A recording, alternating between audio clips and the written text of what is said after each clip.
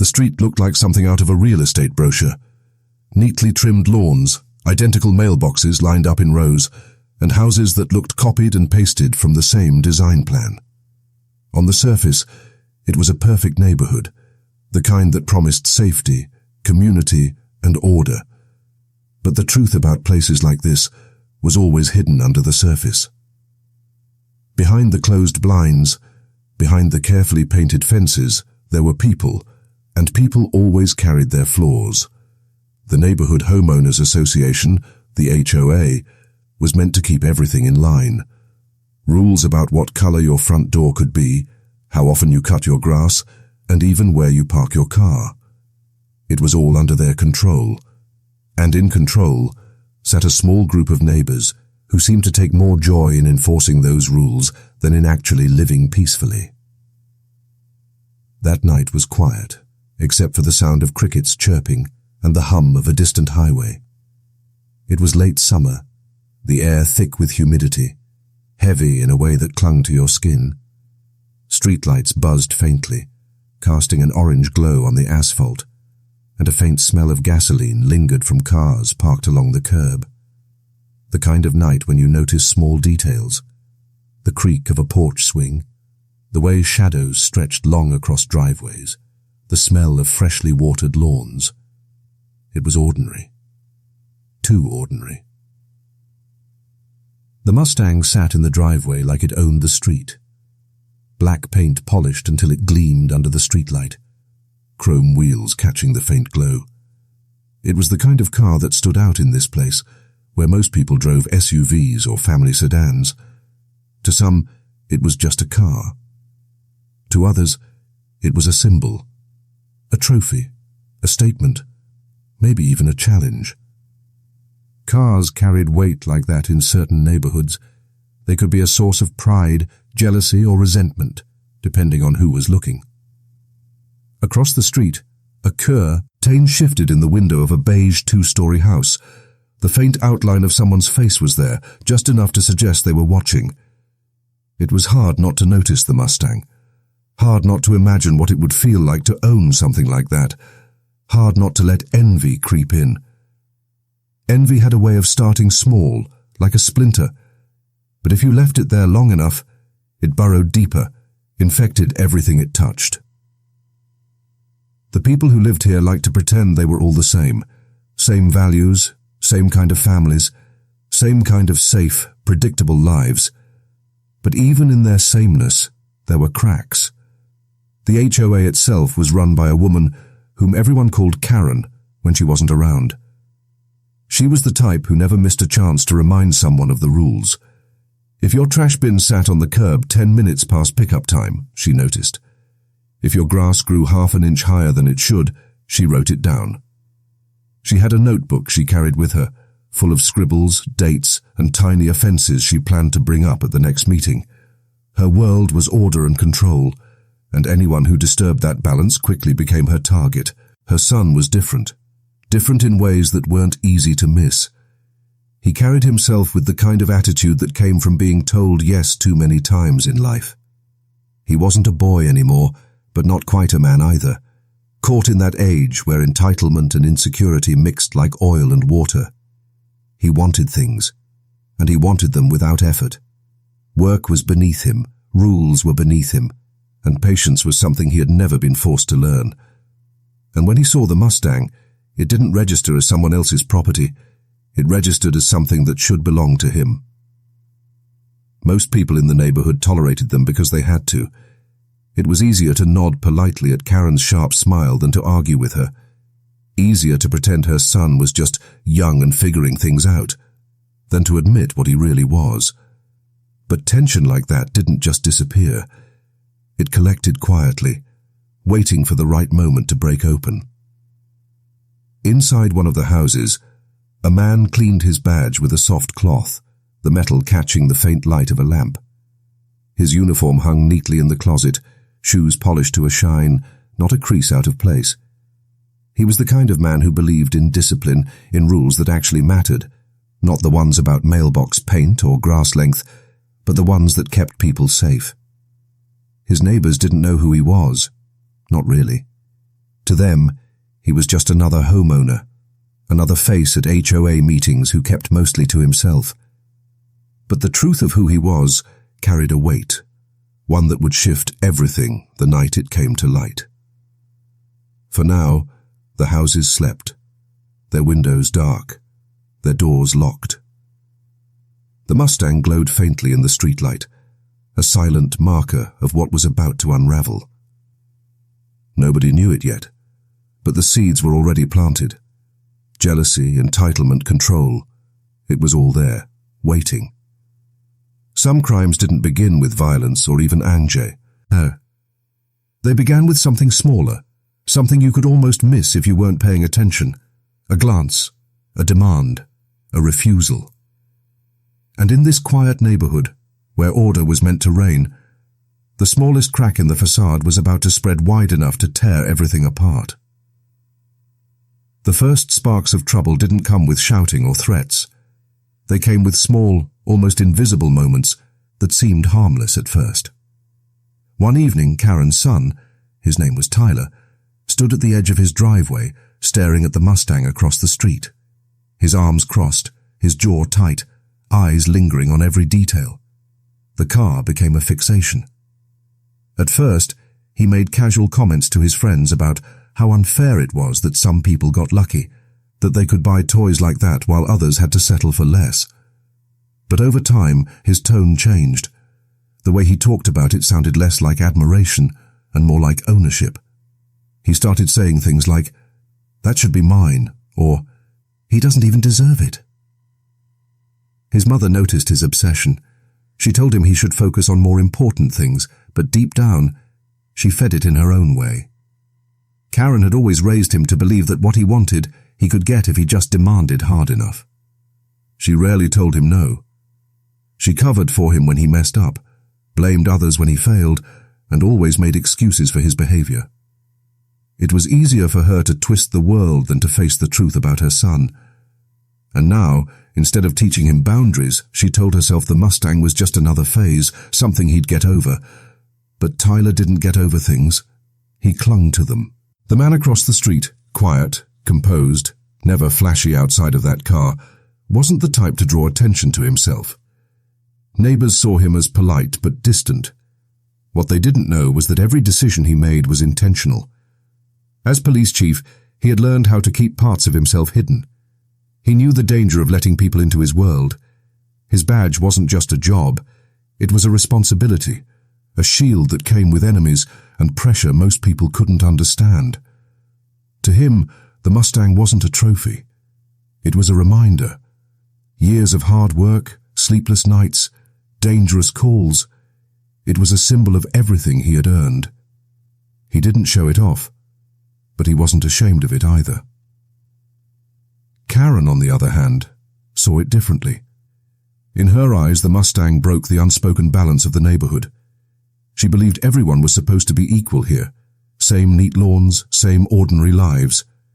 Anything that stood out threatened her sense of control. The car was too loud, too bold, too much of a statement. When Tyler started demanding it, she didn't shut him down. She twisted the story in her head until she believed her son was being slighted, that the man with the Mustang was intentionally disrupting the peace of the neighborhood. In her mind, the Mustang wasn't just a car, it was a provocation.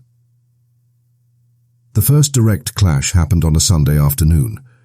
Tyler walked over, pretending to be friendly, and struck up a conversation while the chief was cleaning the car. He circled it like a vulture, touching the hood without asking, looking inside as if he had the right. "Man, this is nice," Tyler said, grinning. "Bet it'd look even better if I was behind the wheel."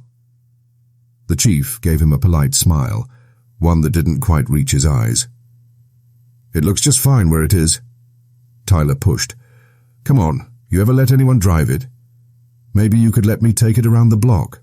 The answer was short and firm. No. That should have been the end of it, but Tyler didn't take it well. He laughed, acted like it was a joke, but inside, the refusal burned.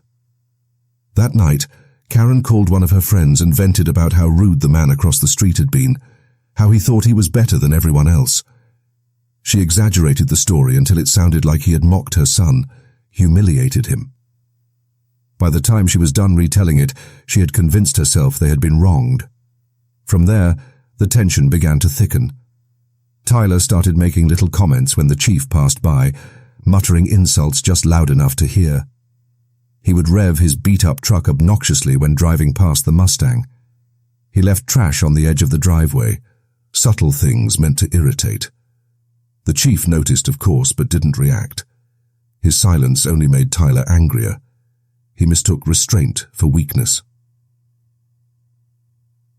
At HOA meetings, Karen began to target him more openly. She complained about the Mustang being too flashy and claimed it didn't fit with the neighborhood aesthetic. She brought up petty infractions, accusing him of leaving his trash bin out too long, even though he hadn't. Most of the neighbors stayed quiet, not wanting to get in the middle of it. But whispers started. People wondered why Karen was so fixated on him. Beneath all of this was something deeper. Karen's marriage had been crumbling for years. Her husband worked long hours, but when he was home, he avoided her sharp tongue. She filled that void by pouring her energy into the HOA, into controlling her son's life, and into battling neighbors over trivial matters. Picking fights gave her a sense of power she didn't have in her own house. And Tyler, spoiled and restless, was her perfect partner in that battle. They fed each other's grievances, her resentment matching his entitlement. Meanwhile, the chief carried his own weight silently. Years of police work had left scars he didn't show. He had seen lives destroyed in seconds, families broken, people lying dead in places they should have been safe. He knew how fast control could slip away. That's why he valued order, why he kept his world so tightly managed. The Mustang was his one indulgence, but it wasn't for show. It was his way of holding on to something beautiful in a world that often wasn't. The pressure built slowly, like steam trapped in a closed room. Every encounter made it worse. Tyler's friends started hanging around more, and they'd stand in the driveway staring at the Mustang, laughing too loudly, pointing. Once, late at night, someone left greasy handprints on the hood. The chief said nothing, but he noticed the way Tyler smirked the next day. One evening, Karen stood outside yelling across the street about how the car was lowering property values. Her voice echoed through the neighborhood, sharp and piercing. The chief walked out calmly, his face unreadable, and simply said, "You should control your son." Then he turned and went back inside. That single sentence cut Karen deeper than a full-blown argument would have. To her it was an insult, a challenge, and she wasn't the type to let things go. At the same time, whispers about the chief's true identity began to circulate. Nobody knew exactly what he did, but rumors spread fast. Some said he worked for the government, others thought he was military. When the truth came out that he was the police chief, it shocked people. For most, it was a point of pride. To Karen and Tyler, it was fuel for their anger. Now in their minds, he wasn't just arrogant, he was untouchable, and that made the resentment worse. Tyler started spiraling further. He had dropped out of college, wasted money his parents had given him, and spent most of his time drifting between odd jobs he never stuck with. Every failure made him feel smaller, but instead of admitting his own mistakes, he blamed others. The Mustang became the symbol of everything he thought he deserved but didn't have. He convinced himself that if he had it, people would respect him, that it would fix the emptiness gnawing at him. His obsession hardened into something darker. The neighborhood could feel it. The tension hung in the air, thick and heavy. People avoided eye contact when passing on the sidewalk and avoided choosing sides. But everyone knew it was heading somewhere bad. The cracks were spreading, and soon it wouldn't just be words or petty acts. It was only a matter of time before someone made a move they couldn't take back. It happened on a night when the air itself seemed to hold its breath. The street was quiet, too quiet, the kind of silence that made every small sound feel amplified. The hum of cicadas filled the spaces between pauses, and the dim glow of streetlights spread long, distorted shadows across driveways. The Mustang sat in its usual place, gleaming faintly under the orange wash of light. It wasn't just a car tonight. It was bait, a symbol, the center of all the restless thoughts that had been festering for weeks. Tyler had been pacing his room since sundown, restless energy coursing through him like electricity. His hands shook, not from fear, but from adrenaline he couldn't control. His mother's words echoed in his head. "He thinks he's better than you. Better than us." She hadn't said it outright, but she didn't need to. Every bitter comment, every sharp whisper about the neighbor with the car had lodged deep in him like nails hammered one after the other. Tonight, he couldn't ignore it. Tonight he wanted to prove something, not just to his mother but to himself. Karen was in the living room, the TV on, but her attention was somewhere else. She watched her son's silhouette move back and forth through the hallway. She knew where his mind was going, and though some part of her wanted to stop him, another part stayed quiet. She told herself it was just anger, just talk. He wouldn't actually do anything. But deep down, she wanted him to. She wanted someone to put the man with the Mustang in his place. And if her son was the one to do it, so be it. Around midnight, Tyler finally left the house. He carried nothing at first, just his boiling frustration and a reckless plan that barely counted as a plan at all. The night air hit him like a shock, thick and warm, sticking to his skin. He crossed the street slowly, hands balled into fists, eyes fixed on the car that had become the center of everything he hated. He walked past it once, then again, circling like an animal trying to decide how to strike. Inside the house, the chief was awake. He hadn't gone to bed yet, a habit from years on the job. Sleep never came easily. He noticed the movement outside almost instantly. Years of training had made him sensitive to disturbances others would ignore. The curtain shifted slightly as he looked out. He saw Tyler pacing near his car, his body language sharp, tense, predatory. The chief's chest tightened, not in fear, but in recognition. He had seen this kind of posture before. Suspects about to make a mistake they couldn't take back. He stepped out of his house, calm but alert. The door closed quietly behind him, his presence cutting through the stillness. "You need to step away from the car," he said, voice steady, controlled. Tyler froze for a second, then turned with a smirk that didn't hide the tremor in his hands. "Relax. I'm just looking. It's not like you deserve it anyway." The chief's jaw tightened. "I'm not going to tell you again." So, meathing in that tone pushed Tyler over the edge. Weeks of resentment, of hearing no, of feeling small, all boiled into a single reckless moment. He lunged toward the car, dragging his hand hard across the hood with his keys in his fist, the screech of metal on paint splitting the night open like a scream. The sound cut through the air, raw and ugly. The chief moved fast, instinct taking over. He grabbed Tyler's wrist, twisting it sharply until the keys clattered to the ground. Tyler shoved him back, his breath ragged, eyes wide with a mix of fear and rage. "You think you can control me? You think you're better than me?" he shouted, spittle flying from his lips. Neighbors' lights began to flick on one by one, shadows appearing in windows, but no one stepped outside. No one wanted to get in the middle of it. Karen burst from her front door then, her voice sharp and cutting, shrieking across the street. "Don't you touch my son! You're assaulting him!" The moment spiraled. Tyler broke free and swung wildly. His fist connected with the chief's jaw, snapping his head to the side. Pain flashed white-hot, but the chief didn't stumble. Years of fights, years of facing down worse men than this boy steadied him. He countered, shoving Tyler hard against the car, his forearm pressed across his chest. "Calm down before you make this worse," he growled, his voice low and deadly serious. But Tyler wasn't hearing reason anymore. His mind was spinning too fast, drowning in humiliation. In the chaos, his hand reached behind him, pulling from his waistband a knife he had slipped into his pocket earlier, just in case. He didn't think it through. He just reacted. The blade flashed under the streetlight. The chief saw it, the sudden glint, and his instincts screamed. His hand shot out, grabbing Tyler's wrist, forcing it away from his body.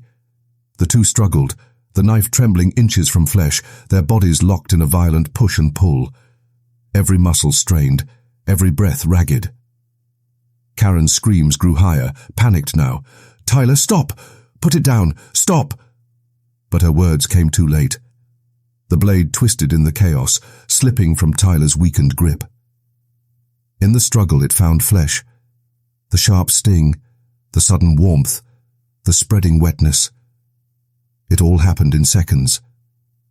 Tyler gasped, his eyes wide with shock as the knife cut into him. His body went rigid, then limp, sliding down against the Mustang, smearing blood across the polished surface. The world froze. For a second, no one moved.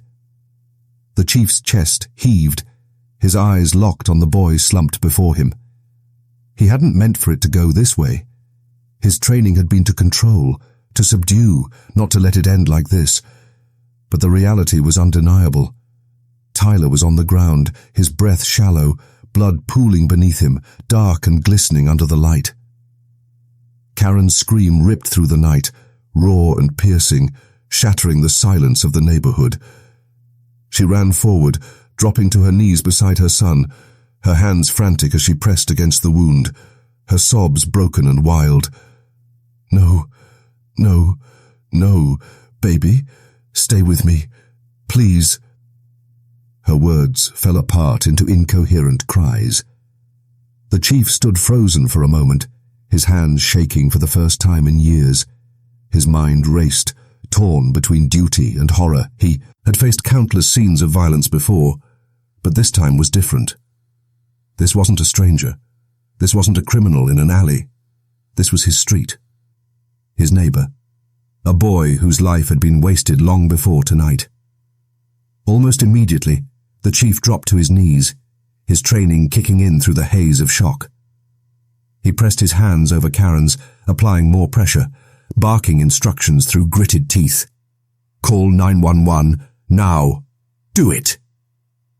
But Karen wasn't listening. Her mind had already twisted the truth. To her, it didn't matter who had the knife or how the struggle had gone. All she saw was her son bleeding and the man across the street with blood on his hands. "You did this!" she screamed, her eyes wild with hate. "You killed him! You wanted this all along!" The neighbors watched from their windows, silent and pale, too afraid to step outside. The glow of phone screens lit up in the dark, calls being made, whispers spreading. Sirens would come soon, but in those moments it was chaos, shouts, sobs, the metallic scent of blood mixing with the faint sweetness of cut grass. Tyler's breaths grew weaker, each one a struggle. His eyes fluttered, unfocused, the fight draining out of him. The chief's hands pressed harder, but he knew, deep inside, that time was slipping away. He had seen that look too many times before. The pale face, the shaking lips, the desperate pull of air that would never be enough. The sirens finally cut through the night, flashing lights painting the houses red and blue. The sound grew louder, filling the air like a storm breaking. But for the people on that street, the damage was already done. What had started as jealousy, entitlement and pride had ended in blood on the pavement.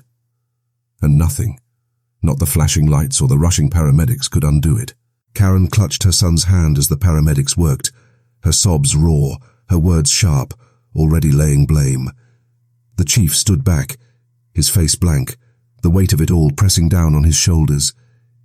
He knew this scene would haunt him, not just because of what had happened, but because of how it would be remembered. The truth didn't always survive moments like this. Sometimes, only the loudest voice did. And in that neighborhood, with the Mustang gleaming cold and stained under the streetlight, the story was already writing itself. The sirens faded into the distance after the ambulance pulled away, but the echoes stayed in the neighborhood like ghosts that wouldn't leave. The flashing lights had stained the houses in red and blue, and when they were gone, everything looked duller, quieter, as if the street itself was mourning what had just happened. People who had been peering from behind curtains slipped back into their homes, but they didn't sleep. They whispered in their kitchens, traded phone calls, told themselves they had witnessed something bigger than their little world could hold. Karen stood in the middle of her living room, her son's blood still smeared across her hands. Her husband had finally come home after being pulled from work, his face pale and stunned as he tried to comfort her, but she shoved him away again and again. Her grief was too sharp, too consuming to allow anyone else near it. She couldn't stop replaying the moment in her head. The struggle, the blade, the sound of Tyler's body hitting the car as he went down. She had convinced herself in those few seconds, and the conviction only grew stronger. Her son had been murdered. Not by his own recklessness, not by a fight he had started, but by the man across the street. She told herself it was because of the car, because of arrogance, because the chief had always thought he was above them. The narrative gave her something to cling to, something that turned unbearable grief into righteous anger, and once she clung to it, she never let go. The chief spent that night at the station, not in his role as a leader, but as the subject of questions. His badge, his years of service, his spotless record, they all meant nothing under the fluorescent glare of the interview room. Every word he said was dissected, every detail written down. He told the truth, calmly and clearly. The boy had attacked him, the knife had been drawn, and the struggle had ended with tragedy. But even as he said it, he knew how fragile the truth could be. Stories shifted in the retelling. People saw what they wanted to see. And in that neighborhood, Karen's screams had been louder than reason. He drove home in the early hours of the morning, his face blank, his body heavy. He parked in the same driveway where the Mustang still sat, the smear of blood on its side dried into something dark and ugly. He didn't touch it. He didn't clean it. He walked past it with his shoulders squared, but inside he felt the weight of guilt pressing down. Not guilt for defending himself, but guilt for what had been lost anyway. He had seen boys like Tyler before, all fire and arrogance, but beneath it, just kids who had never been taught how to face the world. He knew how it ended for most of them. He had hoped this one would be different. The community reacted in waves. Some rallied to Karen's side, whispering that the chief had been too aggressive, that he had overstepped. Others quietly defended him, pointing out Tyler's history, the way he had lashed out, the trouble he had caused. But most people stayed silent, caught in the tension between sympathy and fear. It was easier to avoid the subject, to say nothing at all, than to pick a side in a conflict that had split the street down the middle. News spread beyond the neighborhood. Headlines painted the story in broad strokes. Police chief involved in fatal altercation with neighbor's son. Reporters descended, snapping pictures of the Mustang, of Karen crying on her porch, of the chief walking with his jaw tight and his eyes dark. The narrative wasn't his to control anymore. To the public, he was both a protector and a suspect, a man sworn to uphold the law now entangled in blood on his own street. Inside the chief's house, the silence grew heavier. He avoided his reflection, avoided the closet where his uniform hung, and avoided the sound of his own thoughts when the house was too quiet. He cleaned the blood from his hands, but it felt like it had seeped deeper, like it clung to him in ways soap couldn't touch. At night, he dreamed of the struggle, Tyler's wide, shocked eyes, the sound of the knife clattering, the last ragged breaths. He woke with his chest tight, sweat on his skin, staring at the ceiling with the weight of it pressing down. Karen, meanwhile, turned her grief into a weapon. She spoke at HOA meetings with a trembling voice, painting her son as the victim of power and arrogance. She told anyone who would listen that the chief had provoked him, that he had wanted the confrontation all along. Her words carried further than truth ever could. People listened because her pain was raw. After all, her voice cracked in ways that stirred pity. They didn't see the layers beneath, the years of enabling, the bitterness that had built up long before that night. They only saw a mother mourning her son. Her husband, silent and broken, withdrew further into himself.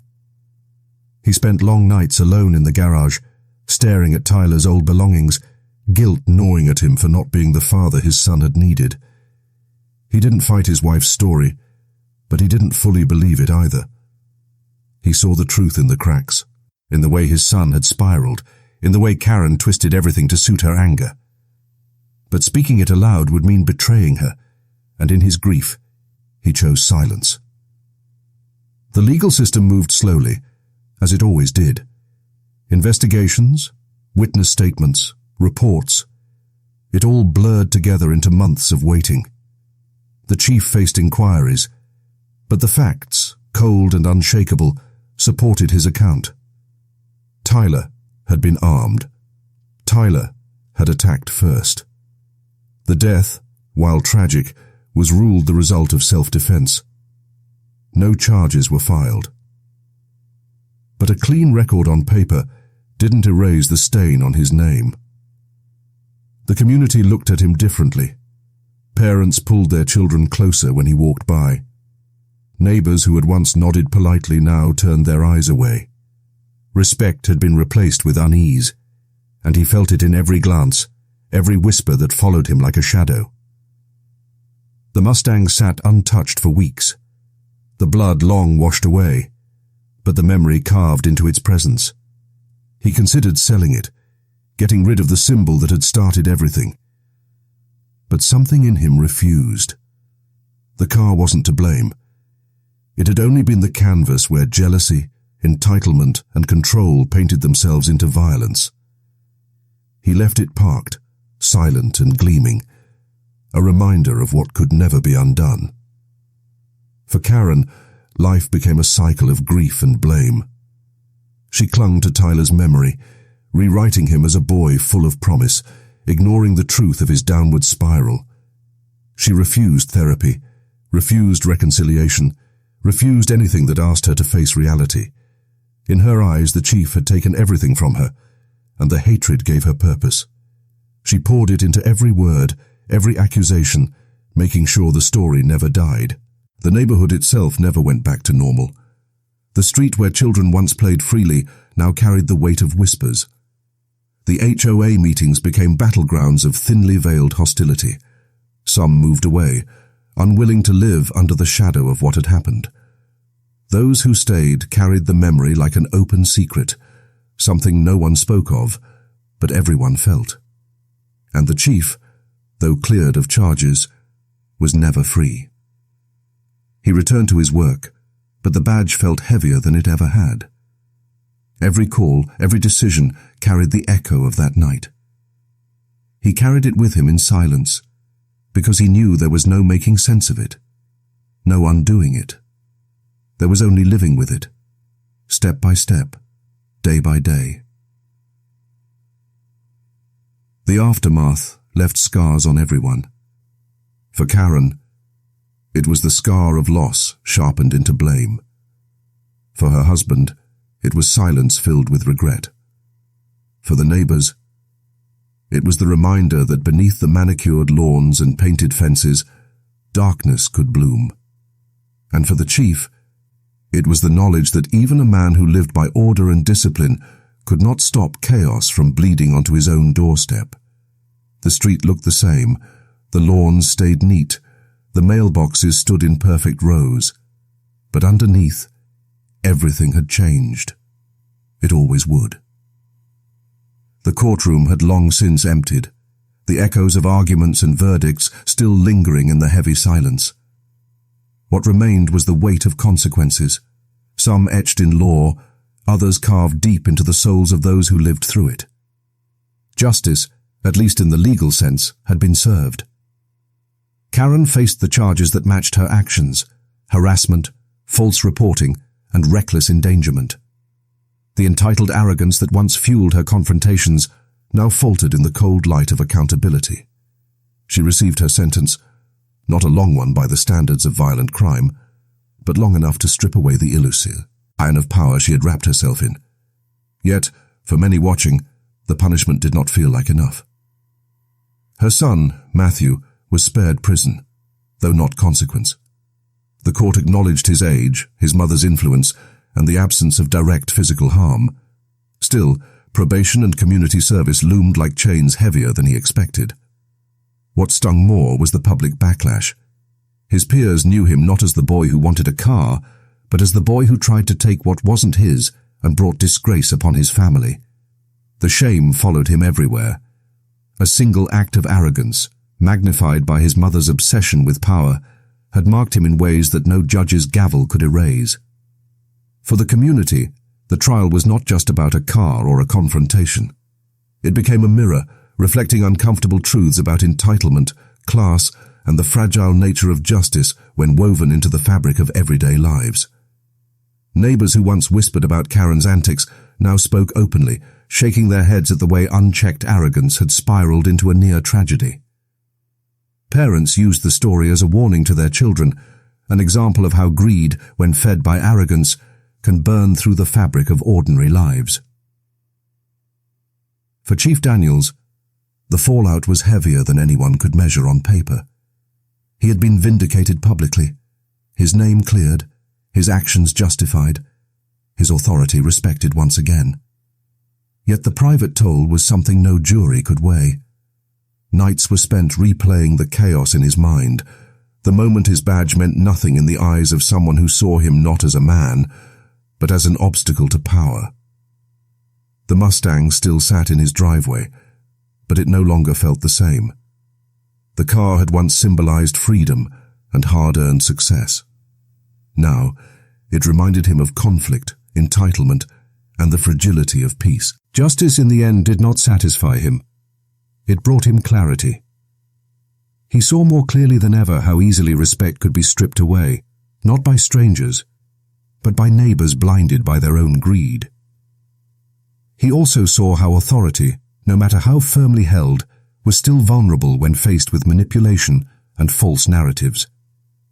The incident had shaken the foundation of his trust, not just in people, but in the illusion that law and order alone could hold chaos at bay.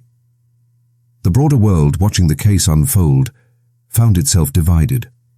Some saw it as a simple story of arrogance meeting justice, while others pointed to deeper cracks, how entitlement, wealth, or the illusion of status could twist ordinary people into believing the rules didn't apply to them.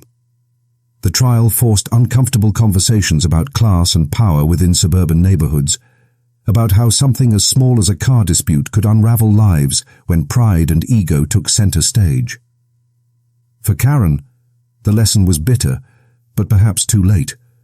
Stripped of her HOA title and reputation, she left the neighborhood under the weight of disgrace. The power she once wielded over others was gone, replaced by the quiet contempt of people who had once feared her. In her silence, one could only imagine whether she finally understood the cost of her entitlement, or whether she clung to it still, blaming others for the fall she had created with her own hands. In the end, what lingered most was not the crime itself, but what it revealed. The story was less about a car, and more about the human hunger for control, the blindness of entitlement, and the fragile lines that separate civility from chaos. The neighborhood recovered in time, as neighborhoods always do, but it was never quite the same. There was a scar, invisible yet deeply felt, a reminder of how close they had come to disaster simply because one person believed they were above everyone else.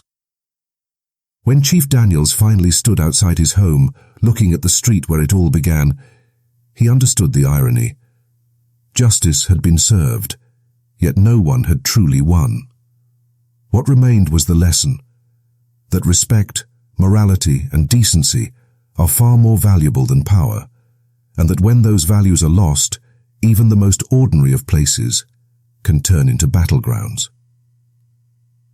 The Mustang gleamed under the fading sun, beautiful but changed in meaning. It was no longer just a car. It was a reminder of entitlement unchecked, of power misused, and of the human weakness that lies beneath polished driveways and perfect lawns. A reminder, too, that justice, though flawed, still has a place in reminding us of who we are, and more importantly, who we must never become.